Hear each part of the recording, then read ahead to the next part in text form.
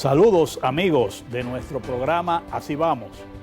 Hoy tenemos una interesante entrega de nuestro programa. Vamos a entrevistar al ingeniero Bernardo Castellano para tratar el tema del sector eléctrico.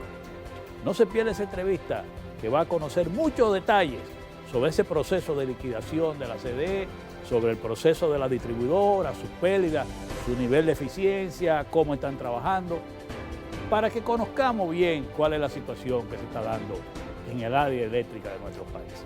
También tendremos un comentario interesante sobre las últimas medidas que se han tomado sobre el COVID-19. Nuevo plan de emergencia, vamos a hablar claro y vamos a comentar sobre estas medidas y algunas recomendaciones. No se despegue de su televisión, manténgase ahí, acompáñenos en Así Vamos. En Banreservas seguimos apoyando la voluntad de quienes se unen para crear progreso en sus comunidades. A través de Prospera Banreservas, llevamos 20 años impulsando a decenas de empresas que traen prosperidad a miles de familias, a la vez que sembramos un mejor futuro. Banreservas, 80 años siendo el banco de todos los dominicanos. La Cámara de Diputados aprobó la solicitud del presidente Abinader de prorrogar por 45 días más y a partir del 30 de mayo el estado de emergencia decretado a causa de la pandemia del COVID-19. A propósito y en un esfuerzo más en la lucha de las autoridades contra el COVID-19, la Cámara de Diputados desarrolló exitosamente y por 2 días consecutivos un operativo de pruebas PCR en la sede del Congreso. El presidente Alfredo Pacheco dio inicio al operativo en el que participaron legisladores, empleados del organismo y periodistas de la fuente. Asimismo, unas 40 comisiones de diputados trabajaron esta semana en el estudio de proyectos que serán conocidos por el hemiciclo en los próximos días. Un preinforme del proyecto de modificación del Código Penal fue presentado por la Comisión de Justicia. Sostuvieron encuentros de trabajo varias bicamerales, entre ellas la que estudia la Ley Orgánica de Cámara de Cuentas y la que estudia la Ley Orgánica de Ordenamiento Territorial. Cámara de Diputados de la República Dominicana.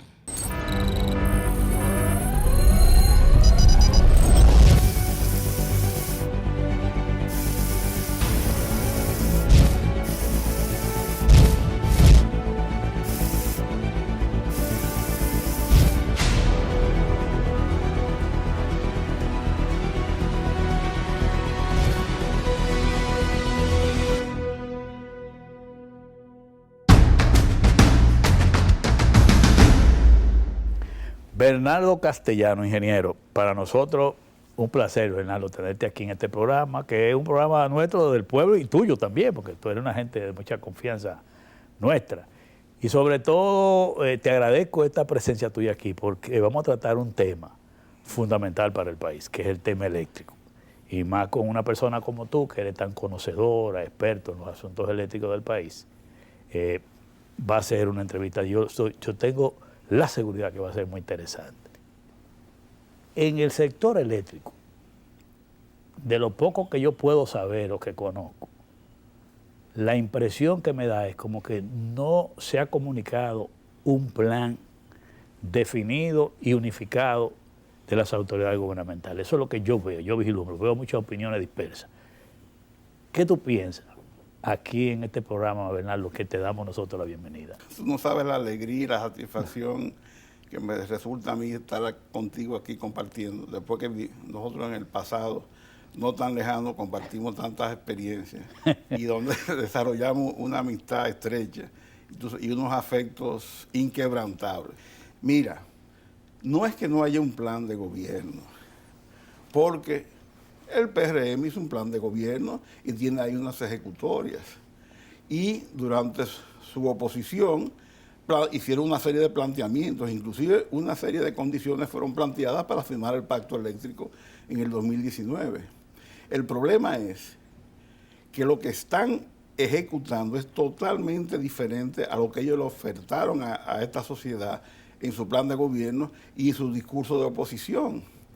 Entonces, ahora mismo nosotros tenemos una situación en el sector eléctrico que es un caos y un desorden organizado desde el punto de vista institucional, porque tú tienes al Ministerio de Energía y Minas, claro, que es el rector, el trazador de las políticas públicas en el sector de energía, que abarca combustibles y electricidad y minería.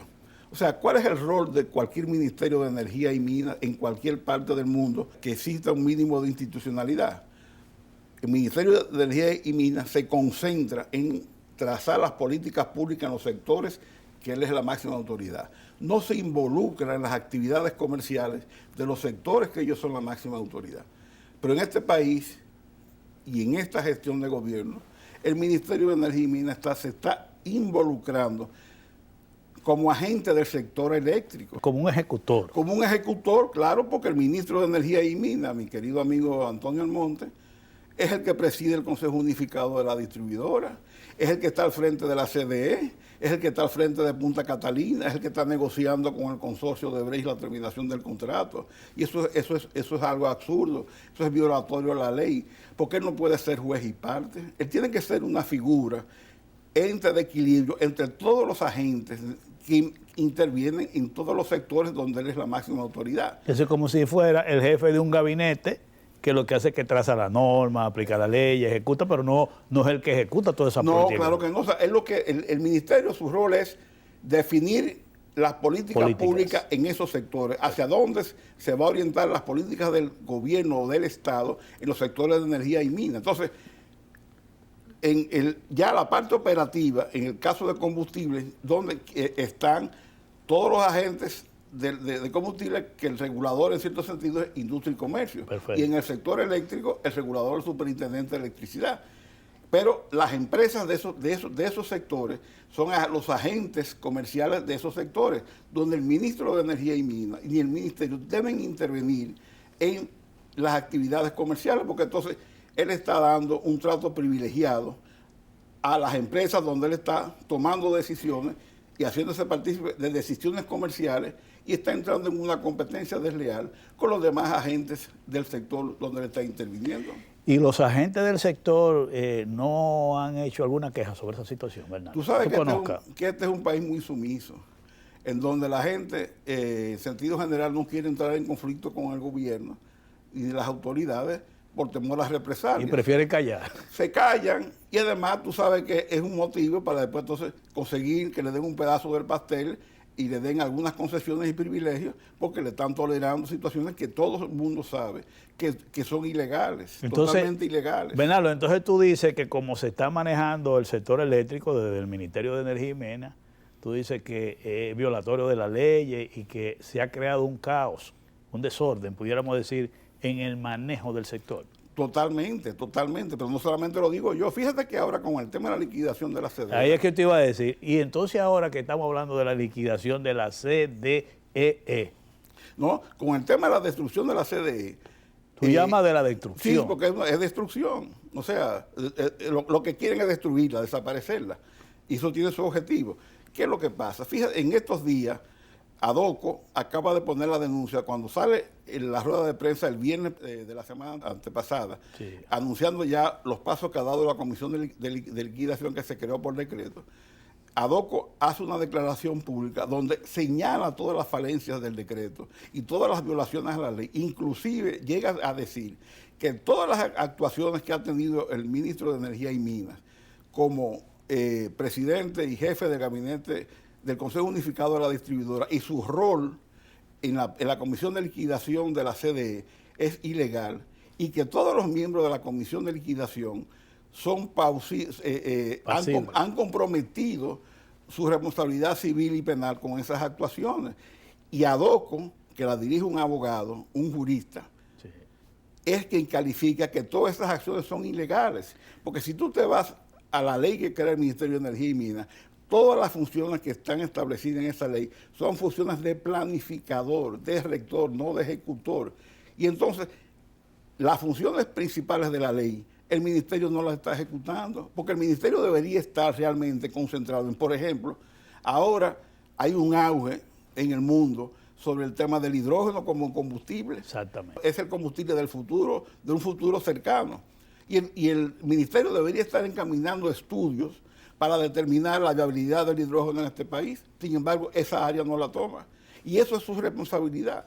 De la misma manera que es su responsabilidad establecer, por ejemplo, el potencial de desarrollo de energía solar en los lagos que tiene este país. Por ejemplo, el lago Enriquillo, los lagos de las presas. Y estos estudios de identificar potencial que sea técnicamente y económicamente viable es una responsabilidad del Ministerio de Energía y Minas. Sin embargo, eso no lo está haciendo porque su tiempo se lo está concentrando en las actividades comerciales de un sector donde es la máxima autoridad, ejerciendo una competencia desleal con los demás agentes del sector eléctrico. Bernardo, y entonces la eliminación de CDEE, ¿eso es posible por decreto? Porque eso no está en la ley. O sea, CDEE no está en la ley. O sea, la CDEE se crea con la Ley General de Electricidad 125.01 en el artículo 138. Claro. Realmente ellos, lo de la eliminación, destrucción legal, es, digamos, una cortina de humo, porque ellos saben y están conscientes que legalmente la CDE no puede desaparecer por un decreto. Inclusive en la rueda de prensa que hicieron en Palacio, que por cierto, tiene la característica y la peculiaridad de que la hacen un viernes al mediodía, y tú que eres un gran... No sé por qué no lo vea nadie. un gran sabueso de la política, ¿verdad? Eso es para que la noticia se pierda el fin de semana y no sea tema de debate. No es el día más indicado. Bueno, para los objetivos de ellos sí. Ah, bueno, sí. Para el plan de ellos sí. Claro. Y además tiene la particularidad que no aceptaron preguntas. Simplemente leyeron un documento y cuando los periodistas querían hacer preguntas, desaparecieron como mi bella genio, diciendo que tenían compromiso y no respondieron preguntas. Porque, Bernardo, ahí se habla en la liquidación de CDE, se habla de que se van a ahorrar 4.000 millones de pesos y al señor Astacio hablando de eso. Y habla de que van a liquidar de 800 a 1.000 trabajadores. Yo te pregunto, sí. Si eso no se puede hacer por decreto, ¿cómo pueden hacer esas operaciones? Bueno, fíjate, lo del ahorro es curioso porque Astacio dijo en diciembre que las distribuidoras se habían ahorrado 3.000 millones de pesos. Y sucede cuando tú ves las estadísticas oficiales que publica la CDE, no hay tal ahorro. Al contrario, el gasto en nómina subió un 10%. Cuando tú comparas el trimestre del 2021 con relación al trimestre del 2020, el gasto en nómina subió un 10%.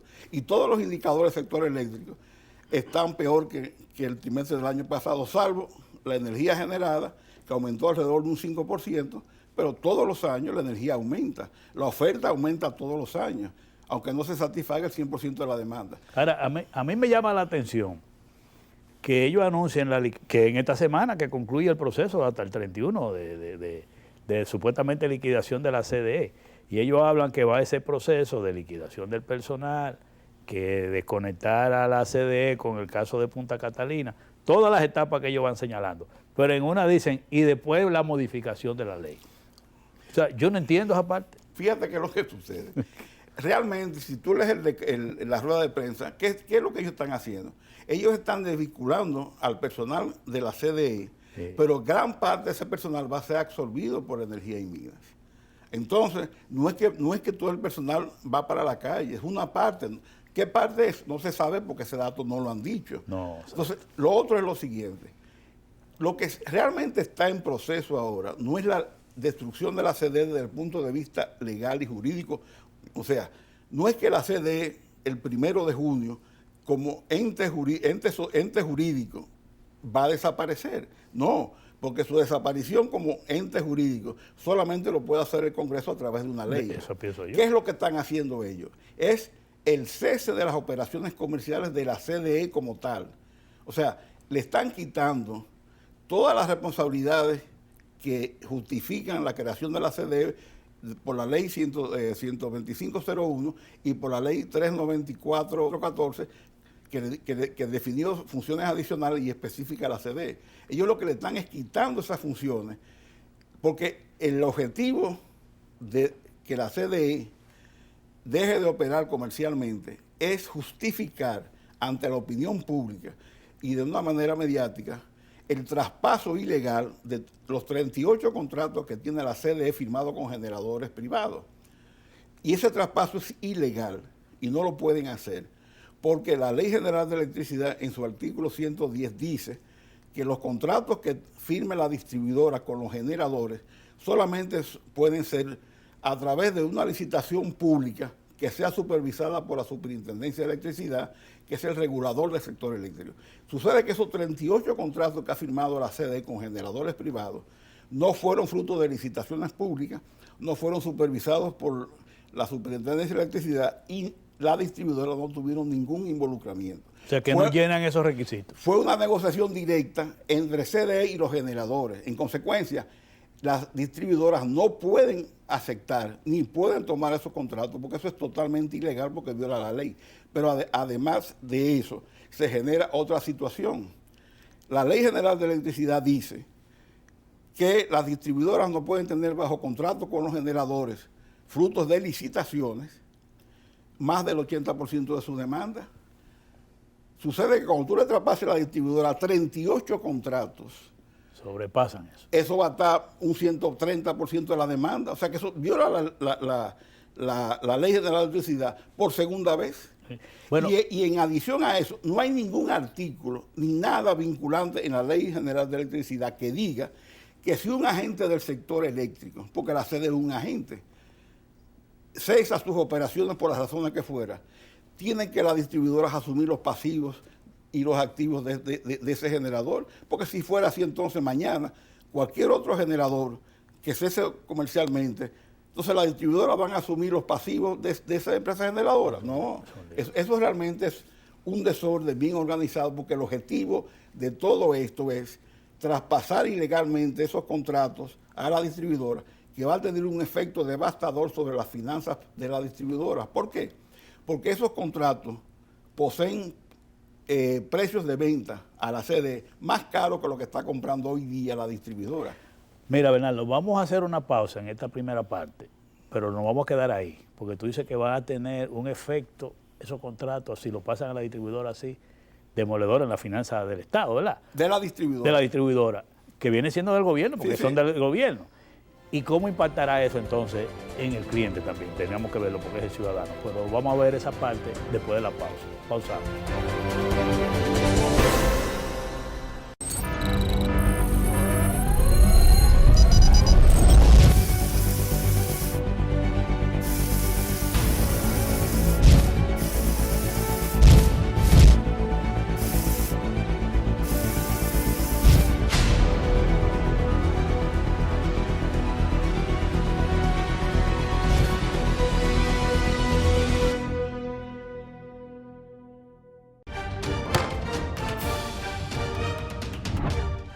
La Cámara de Diputados aprobó la solicitud del presidente Abinader de prorrogar por 45 días más y a partir del 30 de mayo el estado de emergencia decretado a causa de la pandemia del COVID-19.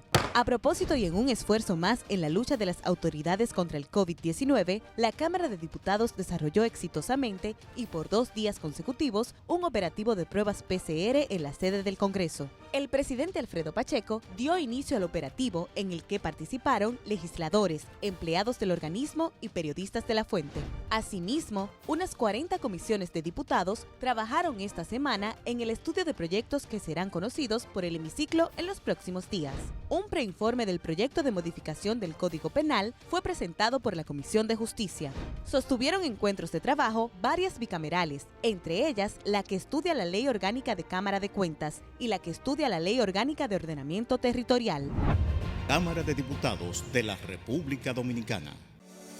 En Banreservas hemos apoyado por 80 años la voluntad del talento dominicano, identificándonos con sus más importantes iniciativas, para que quienes nos representan siempre puedan mostrar lo mejor de nosotros.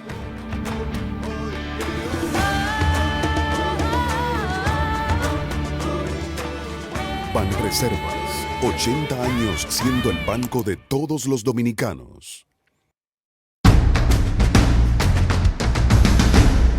Bernardo, entonces, en resumen, según lo que yo he podido entender, estamos hablando que la sede legalmente como compañía, vamos a poner como institución, seguiría existiendo. Ahora, en lo operativo está siendo desmontada. Eso es lo que tú nos estás diciendo. Correcto. Entonces, cuando tú hablas del traspaso de los 38 contratos, ¿verdad? De los generadores a la distribuidora que tú estás hablando. eso tendrá un impacto financiero negativo. Correcto. Correcto. Entonces, ¿y cómo eso puede impactar en los clientes, es decir, en los ciudadanos? Muy sencillo. Fíjate qué es lo que pasa y las contradicciones de cómo el PRM y mi querido amigo Antonio Almonte se está contradiciendo en los hechos con relación a su prédica cuando era opositor. Sucede que cuando se iba a firmar el pacto eléctrico en el 2019, el PRM elaboró un documento de 10 puntos, que fueron 10 condiciones que el PRM planteó para la firma del pacto eléctrico. Ese documento fue elaborado por Antonio Que por eso Almonte. no lo firmó. Exacto, no lo firmó. Y el documento fue elaborado por Antonio Almonte y defendido públicamente por Antonio Almonte, que era el jefe del sector. Y yo me imagino que todo el equipo eléctrico que hay ahí, porque... Bueno, digamos, él fue representante. Él era la voz cantante y ese documento fue él esencialmente que lo redactó. Perfecto. Pues uno de los puntos que establecía ese documento era primero que decía que esos contratos que tenía la CDE firmados con generadores privados, sobre todo los generadores que habían sido convertidos o se iban a convertir a gas natural, decía que eso eran ilegales, porque esa conversión se hizo en base a un decreto. Entonces, decía en ese momento Antonio Almonte y el PRM que un decreto no estaba por encima de la ley. Porque estamos hablando ahora. Exacto. Y entonces, en los puntos que planteaba como condición para firmar el pacto era que esos contratos que habían sido grado a grado debían ser eliminados inmediatamente.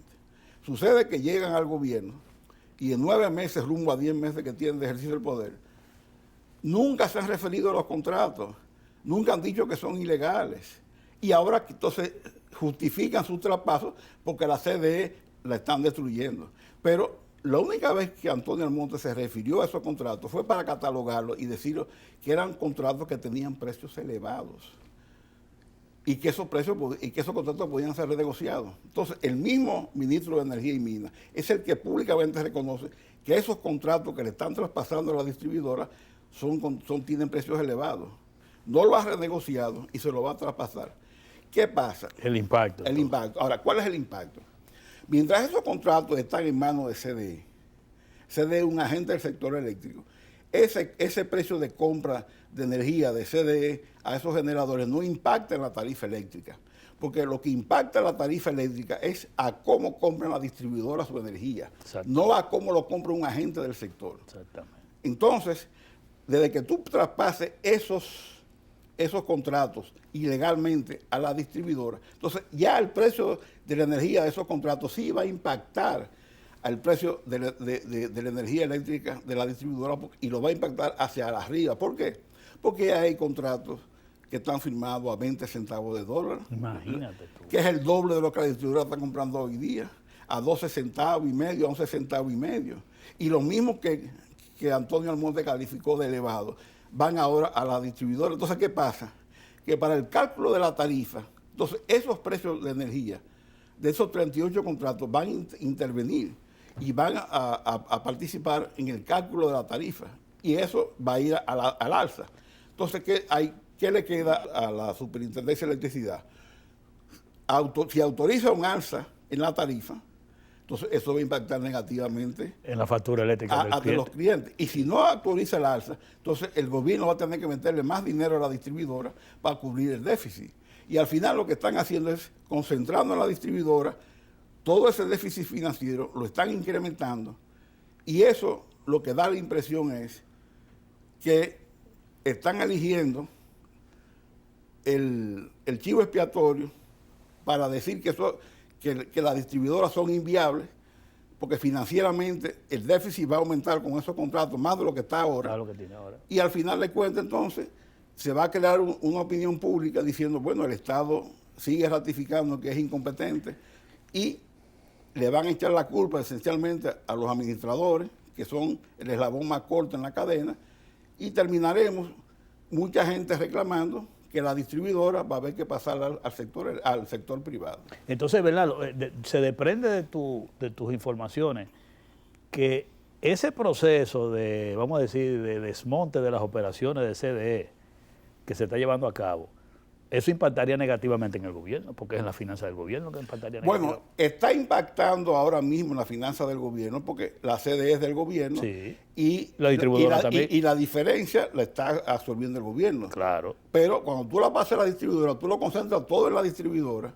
y entonces tú tienes ahí el elemento que es el nudo gordiano para fijar las tarifas. Sí. Entonces tú tienes la distribuidora, las estás haciendo más ineficientes, porque a eso súmale de que la inversión de la distribuidora en este trimestre para reducir pérdidas se cayó en un 74% con relación al trimestre del año pasado. O sea, tú tienes... La va a ser inviable totalmente. O sea, tú tienes un sector eléctrico sí. que su problema financiero radica en dos cosas, esencialmente. Número uno, altas pérdidas. En el trimestre del 2021 se situaron un 38% y cuando tú comparas con relación al trimestre del 2020 estaban en un 30%. O sea, crecieron un 25%. Sí. Estamos hablando de las pérdidas totales, que significa la energía que yo compro a los generadores y la energía que yo le cobro a los usuarios. Pero la inversión disminuyó un 74%, de 62 millones de dólares en el trimestre del 2020 cayó a 16 millones de dólares en el 2021. Entonces, para tú reducir esas pérdidas del 38%, solo hay un camino, que es inversión, y una inversión creciente y sostenida, unos 1.500 millones de dólares. Entonces, si tú no haces inversión, no hay forma de que esas pérdidas puedan disminuirse. Y lo otro, que es el factor que incide en las pérdidas financieras de la distribuidora, en el déficit de flujo de caja, son los gastos corrientes. Claro. El PRM y Toñito Almonte planteó en la oposición que el gasto corriente de la distribuidora no podía ser mayor de un 10% de los ingresos. Inclusive planteó en los 10 puntos para firmar el pacto eléctrico en el 2019 que mientras el gasto corriente no fuera por lo menos el 10% como máximo de los ingresos, en este país no se podía hablar de aumento de tarifa eléctrica. ¿Y en cuánto está ahora? No, y por arte de magia, sucede que ahora el PRM y Antonio Almonte y Andrés Astacio están planteando, el PRM no, los funcionarios del gobierno, específicamente Antonio Almonte y Andrés Astacio, que es el administrador de administradores de la distribuidora, vicepresidente del Consejo Unificado de la Distribuidora, han planteado que ellos están estudiando la posibilidad de aumentar la tarifa. Pero sucede que los gastos corrientes, como porcentaje de los ingresos de la distribuidora, están en el mismo nivel que lo que estaban en el 2020, un 25%. Y ellos hablaban de un 10%. Y un 10%. Pero ¿tú sabes qué representa ese 25%? Con relación al 10% que plantea Antonio Almonte. La diferencia. Tú tienes que disminuir los gastos corrientes de la distribuidora en 250 millones de dólares al año para llegar a la meta que ellos han planteado. Y eso, tú nada más tienes 2 capítulos de gastos corrientes para disminuir eso, que son lo que representa alrededor del 75% de los gastos corrientes de la distribuidora. Gasto en nómina y gasto de proveedores. Y si tú tienes que el primer trimestre subió el gasto en nómina, y si tú tienes que en el primer trimestre disminuyó la inversión, entonces lo que ellos en la realidad están actuando es haciendo todo lo contrario de lo que se tiene que hacer para reducir el déficit financiero de la distribuidora. Y si tú a eso le sumas que le vas a traspasar ilegalmente contratos que van a aumentar el costo de adquisición de la energía, entonces se agravaría la pérdida. Estás aumentando el déficit financiero de la distribuidora. O sea que todas las acciones que ellos están tomando en la realidad están dirigidas en los hechos a agravar la situación financiera y de pérdida de la distribuidora. Y no será eso, yo especulando, ¿verdad? Porque como tú dices, son medidas que tienden a cada vez a golpear, vamos a decir, a la distribuidora. Exacto. La distribuidora es la caja del sector entonces, eléctrico. Y eso no puede entonces crear las condiciones para que eso sea privatizado. Entonces. Bueno, si hay algo que este gobierno en el sector eléctrico ha enviado señales claras, es que tiene la intención de traspasarlo, de que el sector privado asuma el control de las empresas eléctricas estatales. Porque el fideicomiso de Punta Catalina no es más que una manera de justificar un traspaso al sector privado. Y todo va dirigido de una manera u otra a, ya sea a través de fideicomiso o a través de la alianza pública-privada, que lo que sea la distribuidora, la empresa de transmisión y la empresa generadora hidroeléctrica van a terminar... en mano privada. No propiedad privada, porque la propiedad privada es mucho más complicada. Sí, claro. Pero por lo menos administrada y gestionada por el sector privado. Pero eso en sí mismo no es que sea malo ni bueno. Claro. Lo que es malo realmente de esa decisión es que primero el PRM no la planteó, ni Toñito Almonte en la campaña, nunca plantearon la posibilidad de eso que ellos están ejecutando en la realidad. Entonces lo están sacando como una carta bajo la manga y lo están soltando como a cuentagotas, como una jeringuilla que suelta CC y se lo están diciendo a la sociedad prácticamente como un hecho consumado. Porque si ellos lo hubieran planteado en su programa de gobierno, la sociedad posiblemente lo hubiera debatido y al final hubieran sido honestos porque están ejecutando lo que prometieron. Pero es que no, es que eso, tú buscas el programa de gobierno del Partido Revolucionario Moderno y en ningún momento habla de alianza público-privada en el sector eléctrico, en ningún momento habla de fideicomiso en el sector eléctrico, ni siquiera habla de destruir la CDE. Lo que se habla es de reorganizar la CDE, que es una palabra muy diferente a eliminar o a destruir la CDE. Claro, porque fíjate una cosa, Bernardo. Todavía si tú te propones que las EDES, vamos a decir, tú la quieras llevar a una participación del sector privado, tú lo que la pondrías en mejores condiciones para poder negociar en mejores condiciones. Porque si tú lo que la vas a destruir, entonces tú vas a negociar en las peores condiciones. Pero si ellos, bueno, exacto, todo depende de cuál sea la modalidad, ¿verdad?, que ellos piensan que el sector privado intervenga. Porque es que hasta ahora no se sabe nada. Porque ellos simplemente aparecen un día y dicen tal cosa. De buenas a primeras hablan del fideicomiso. Pero esta es la fecha. O sea, para tú constituir un fideicomiso de una empresa, tú tienes primero que darle una valor. ¿Cuánto vale esa empresa? Exactamente. Y entonces Punta Catalina, ¿cuánto costó Punta Catalina? Porque ellos prometieron que iban a hacer auditoría de Punta Catalina. Y en la transición en julio, tú puedes buscar en internet, porque gracias a Dios, hoy día tenemos a Google, y ahí está todo. Todo almacenado. Todo almacenado, no como antes, que dependía de la memoria de la gente, y tenía que irte a OGM a buscar papeles viejos. Sí. No, ahora tú pones ahí y sale todo. O en julio, antes de tomar posesión, Antonio Almonte declaró, en 60 días estamos publicando las licitaciones para las auditorías de Punta Catalina. 9 meses y no hay ninguna. O sea, no es que no haya auditoría, es que no se ha convocado las licitaciones para las auditorías. Entonces, ¿cuál es el valor que va a tener Punta Catalina si no se sabe cuánto costó? No, eso es verdad. Y además, todas las auditorías técnicas que se prometieron que se iban a hacer ni siquiera han sido convocadas. Peor aún, en enero de este año, cuando la unidad 2 de Punta Catalina sale de servicio y el Diario Libre, que se da cuenta 10 días después que está fuera de servicio, y indaga. Entonces ahí es que la CDE hace una nota de prensa anunciando la salida. Dice a principios de enero que a final de mes la CDE va a rendirle un informe a la sociedad detallando todo lo ocurrido en Punta Catalina. Estamos ya en junio, 5 meses después, ya no hablan del informe, no lo han entregado, pero peoran aún. ¿Qué fueron de las cosas que decía el PRM y Antonio Almonte en oposición? Que tan pronto llegaran al gobierno, iban a colocar un portal en internet, toda la documentación de Punta Catalina. Transparencia. Ve, búscala. Pero mira una cosa, Bernardo, vamos a hacer otra pausa ahora, pero yo quiero que entremos también en este tema, porque la entrada que tú hiciste del caos y el desorden, tú lo has ido describiendo poco a poco en todas estas cosas. Ahora, yo entiendo que el sector eléctrico es un elemento fundamental para poder el presidente de la República impulsar una reforma fiscal en este país. Si eso no está claro, es muy difícil que la gente quiera apoyar un proceso de reforma fiscal, porque el sector eléctrico en términos de inversión económica para el Estado es una carga muy, muy fuerte en términos presupuestarios. Y para la sociedad. Y para la sociedad, para el país también. Pero sobre todo cuando tú estás hablando de una posibilidad de una reforma fiscal, ese es un tema que yo diría fundamental, que tiene que ser bastante transparente y bastante claro. Cuando cambiemos de esta pausa y volvamos, vamos a tratar ese tema, a ver qué tú piensas sobre esa parte que yo te estoy diciendo. Y también analicemos lo de las EDE, una por una, a ver cuál es la situación al día de hoy. Pausamos.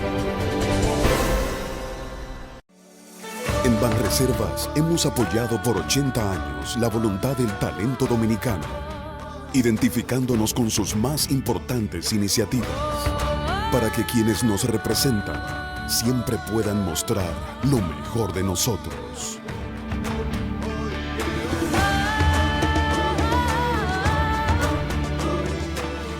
Banreservas, 80 años siendo el banco de todos los dominicanos.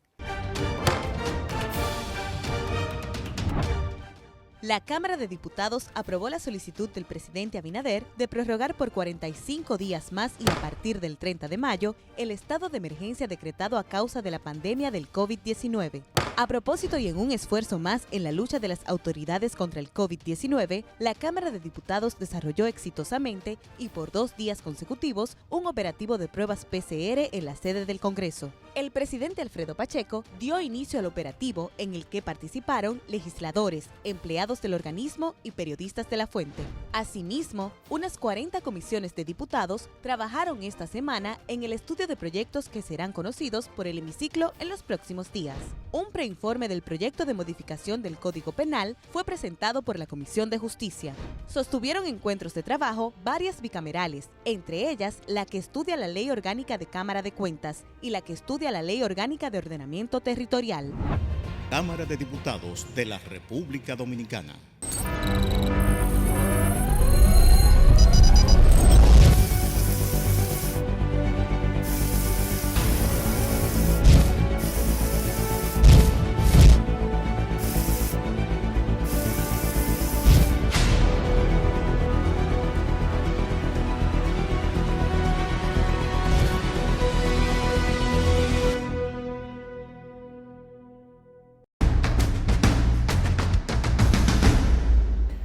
Bernardo, entrando en la parte final, yo te preguntaba que ese manejo del sector eléctrico, que tiene que ser bastante transparente y claro, es fundamental para una reforma fiscal que está hablando el presidente de la República, que aunque no es en este momento, pero se ha planteado que para el año que viene habrá que tomar decisiones en ese sentido.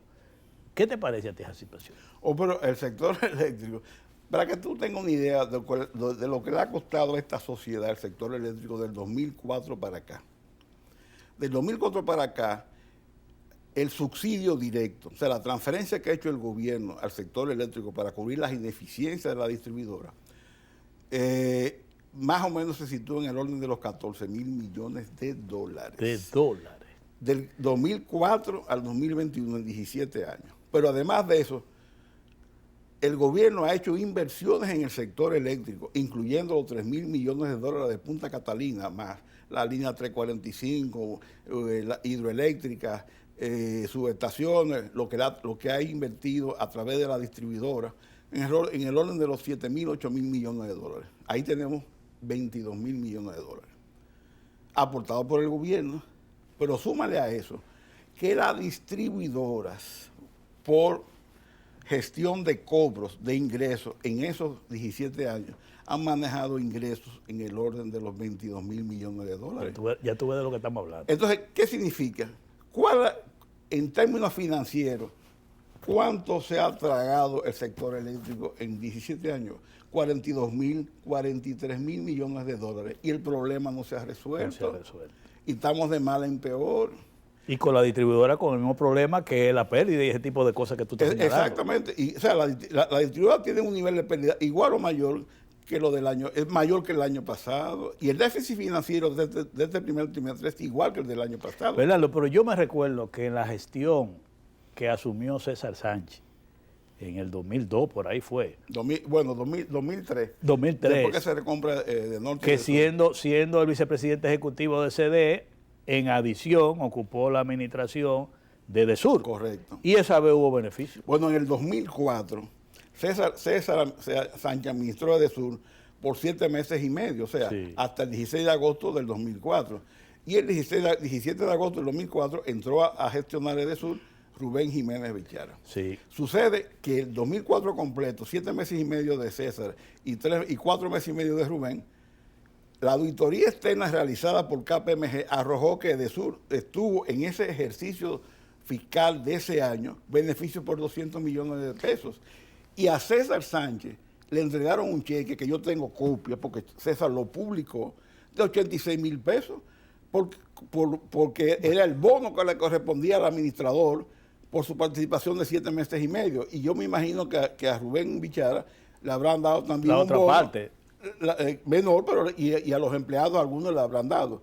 Porque Edenorte, de Sur y de Este son empresas comerciales creadas por el Código de Comercio, no son empresas creadas por una ley pública, entonces no son empresas estatales desde el punto de vista legal, sino empresas comerciales que tienen accionistas, y en este caso el accionista es el Estado. Entonces, tuvo beneficios, pero a partir de ahí, en el 2005, de haber ganado 200 millones de pesos, pasaron a perder 1.000 millones de pesos. Y hay que recordar que eso fue los españoles que la tenían en administración, Sí. y pasó a manos dominicanas. Correcto. Entonces, para que veamos que eran los famosos españoles de Unión Fenosa que estaban ahí. Sí, pero es que la gestión no tiene que ver con la propiedad. Exactamente. O sea, la eficiencia, hay eficiencia pública y eficiencia privada. Exacto. Aunque la eficiencia pública hay que reconocer, con el tiempo se ha ido deteriorando, Sí. pero no es que no sea posible. Correcto. Entonces, ahí es que yo lo traigo esto a colación porque estamos hablando del tema de la distribuidora, que cada día es peor. Entonces yo digo, bueno, pero tienen que haber manos dominicanas que puedan mejorar eso, gestionarlo mejor. Porque, Pero yo te voy a decir una cosa, cuando la sede era una I, sí, que era el monopolio verticalmente integrado, en el año 1986, cuando sale el PRD del gobierno, y en los últimos 4 años la sede fue administrada por Marcelo Jorge, Sí. en la transición se creó la famosa Comisión Saladín, que fue una comisión que creó el doctor Balaguer para evaluar y recolectar las informaciones de toda la economía y de todas las instituciones públicas. En ese informe que elaboró esa comisión, se dice que el déficit del sector eléctrico proyectado para el año 1987 era de 200 millones de pesos. Estamos hablando de unos 60, 70 millones de dólares. Y las pérdidas que iba a tener el sector eléctrico eran de un 25%. oye eso. Nunca en la historia del 86, después del 86, la sede y el sector eléctrico ha tenido ni esos niveles de pérdida, ni ha tenido tampoco esos niveles de subsidio. Para que tú O veas. sea, pasamos de 60 millones de dólares a estar subsidiando más de alrededor de 1.000 millones de dólares al año. El año pasado fueron 850 millones de dólares. Este año ellos tenían la ilusión, hicieron su cartica a los Reyes Magos, creyendo que el subsidio iba a ser 500 millones de dólares. ¿Cuánto hay en el presupuesto proyectado? 900 millones de dólares. Para ese subsidio. Para este año. Para este año. Y en los primeros 3 meses tuvimos un déficit de la distribuidora de 200 millones, o sea que proyecta 800 millones. Pero la tradición ha sido que cuando viene el presupuesto complementario, hay que buscarle más recursos al sector eléctrico, Sí. porque el déficit es mucho mayor de lo proyectado. Mucho mayor. O sea que nosotros vamos a estar este año con un déficit de alrededor de 900 mil millones de dólares. Y vamos a ver, Bernardo, cada una de las distribuidoras, por ejemplo, EDESTE, ¿cuál es su situación en términos de pérdida? EDESTE es la que tiene los niveles de pérdida mayores, está en alrededor de un 53%. ¿Y EDESUR? Pero Ajá. ese deterioro viene de la gestión pasada. Ahora, obviamente, en estos 9 meses, ese deterioro se incrementó en parte porque si no hay dinero para invertir en reducción de pérdidas, entonces ¿Y las otras? las otras- EDENORTE y EDESUR. también aumentaron sus niveles de pérdida, pero en menor proporción. Mientras este aumentó más o menos un 10%, Sí. con relación a julio del 2020, EDESUR aumentó más o menos un 4%, está en el orden del 34%, y EDENORTE está más o menos, aumentó un 1%, está como un 32%. O sea, hoy día, si a EDENORTE y a EDESUR se le proporcionan los recursos necesarios para invertir en reducción de pérdidas, esas son distribuidoras que en el corto plazo pudieran alcanzar su punto de equilibrio. Ahora, sin recursos financieros de capital aportado por el Estado para reducción de pérdidas, olvidémonos de la película. Oye, eso. Mira una cosa, Bernardo. En síntesis, ¿qué recomendaciones tú harías ante esa situación que tenemos y que tú has descrito aquí tan grave? Porque estamos hablando, tú hablas de un caos, un desorden en lo que es la gestión del sector eléctrico y su impacto sobre todo en la distribuidora y vamos a decir en el área financiera de esa distribuidora y yo diría que del Estado porque las distribuidoras son del gobierno. En resumen, en una situación como esa que tú tienes, si el presidente Luis Abinader te preguntara, ¿qué tú le recomendarías? Bueno, muy sencillo.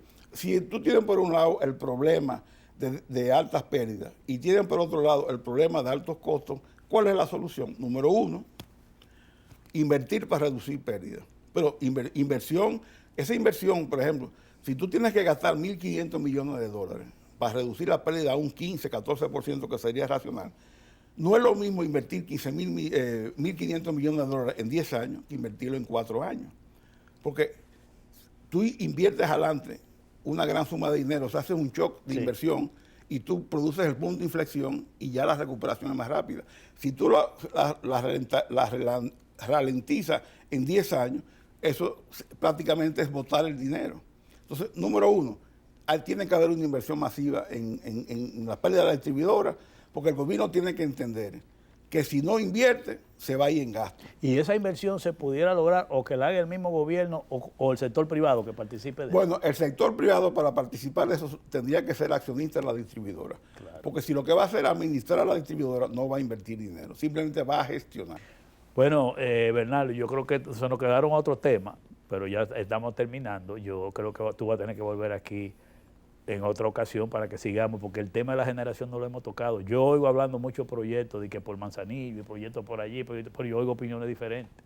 O sea, opiniones diferentes de que a la hora de invertir en generación, como que si eso es una prioridad, que si es aquí, que si es allí, hay opiniones que yo te lo tengo. Bueno, pero eso es el sector privado, pero lo contraproducente de eso es que eso va a violar la ley de electricidad, porque si tú traspasas finalmente esos contratos y las distribuidoras van a estar sobrecontratadas con más del 100% de la demanda y tú le metes 800 megavatios más, todavía estás agravando la violación a la ley. Pero por eso que te digo, yo he oído muchas opiniones, pero ese es un tema que tenemos que desarrollarlo, porque inclusive hasta la ubicación. Ah, sí.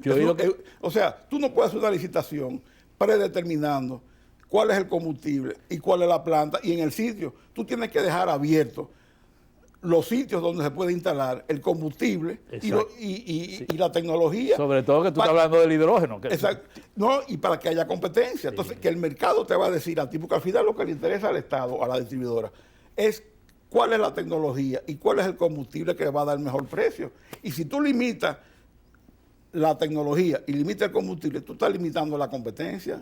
Bernardo, de todas maneras, muchas gracias. Para mí ha sido un gran placer, porque yo sé que tú dominas eso. A mí me encanta ese tema también, lo he compartido mucho con ustedes. Y los amigos televidentes, yo estoy seguro que han disfrutado una tremenda entrevista sobre este tema, que es muy importante, no solo para el gobierno en esta situación y para las empresas, sino también para el pueblo dominicano y para el país, porque el tema eléctrico es fundamental, tiene demasiada incidencia en el desarrollo de nuestro país. Gracias, Bernardo, y nos veremos en otra ocasión. Gracias a ti, Héctor, de nuevo por la invitación. Gracias.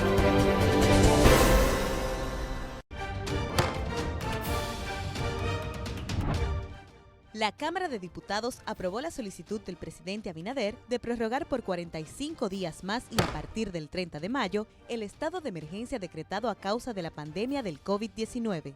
A propósito y en un esfuerzo más en la lucha de las autoridades contra el COVID-19, la Cámara de Diputados desarrolló exitosamente y por 2 días consecutivos un operativo de pruebas PCR en la sede del Congreso. El presidente Alfredo Pacheco dio inicio al operativo en el que participaron legisladores, empleados del organismo y periodistas de la fuente. Asimismo, unas 40 comisiones de diputados trabajaron esta semana en el estudio de proyectos que serán conocidos por el hemiciclo en los próximos días. Un preinforme del proyecto de modificación del Código Penal fue presentado por la Comisión de Justicia. Sostuvieron encuentros de trabajo varias bicamerales, entre ellas la que estudia la Ley Orgánica de Cámara de Cuentas y la que estudia la Ley Orgánica de Ordenamiento Territorial. Cámara de Diputados de la República Dominicana. Somos el primer banco dominicano con 80 años de historias en las que ponemos todo nuestro corazón en servir y ser parte de los sueños de todos los dominicanos. Historias que son ejemplos de voluntad de todo un pueblo, de emprendedores, de visionarios, de fajadores. Historias de momentos donde nos levantamos, donde avanzamos, donde nos hacemos más productivos. Historias de gente que cree, que se supera, que proyecta nuestra cultura, que nos representa, dispuesta a construir nuevos caminos. 80 años sumando historias que nos llevan a nuevas fronteras, como el inspirador de la voluntad de todo un pueblo. Banreservas, el banco de todos los dominicanos.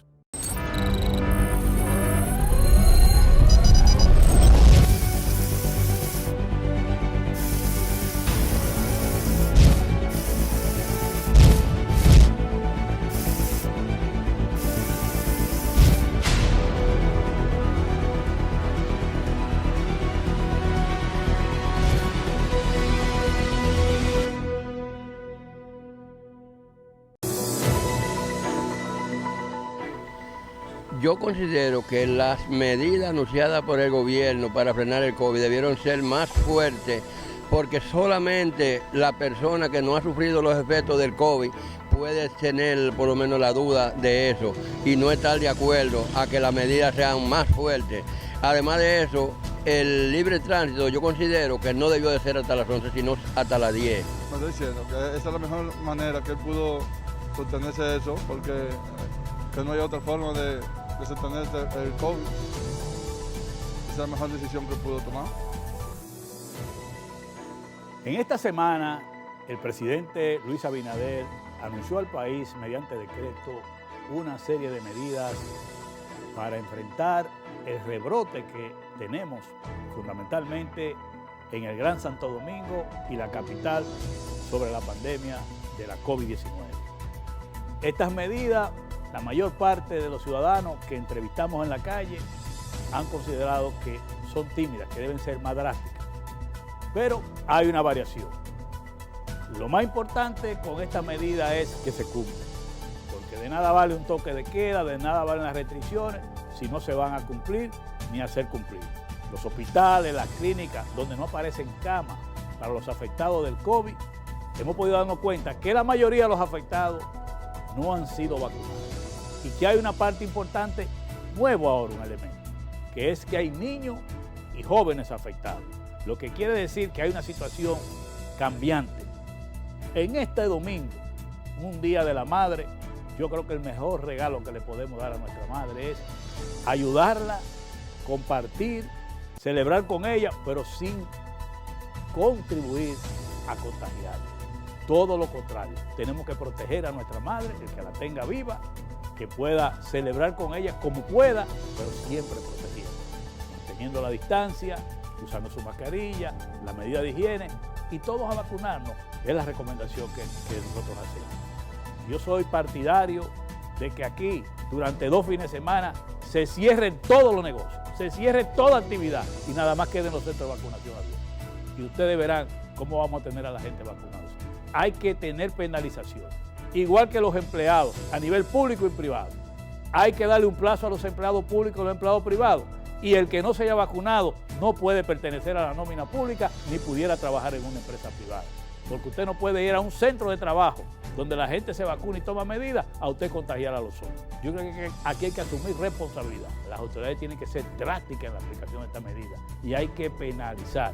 En algunos casos incentivar, hasta diría yo ayudar para que la gente se vacune, pero también hay que penalizar para que podamos tener una mayoría de los dominicanos vacunados y entonces poder transitar por la calle con la medida de precaución, pero con el menor riesgo posible.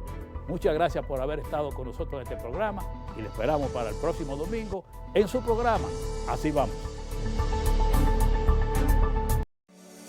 En Banreservas hemos apoyado por 80 años la voluntad del talento dominicano, identificándonos con sus más importantes iniciativas, para que quienes nos representan siempre puedan mostrar lo mejor de nosotros.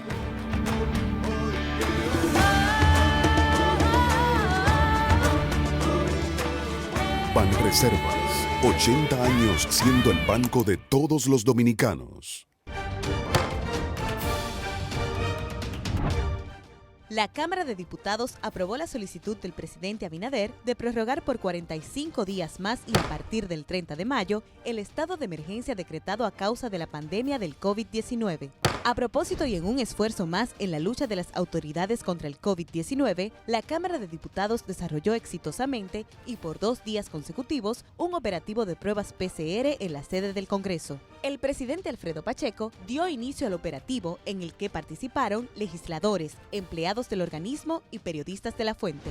Asimismo, unas 40 comisiones de diputados trabajaron esta semana en el estudio de proyectos que serán conocidos por el hemiciclo en los próximos días. Un preinforme del proyecto de modificación del Código Penal fue presentado por la Comisión de Justicia. Sostuvieron encuentros de trabajo varias bicamerales, entre ellas la que estudia la Ley Orgánica de Cámara de Cuentas y la que estudia la Ley Orgánica de Ordenamiento Territorial. Cámara de Diputados de la República Dominicana.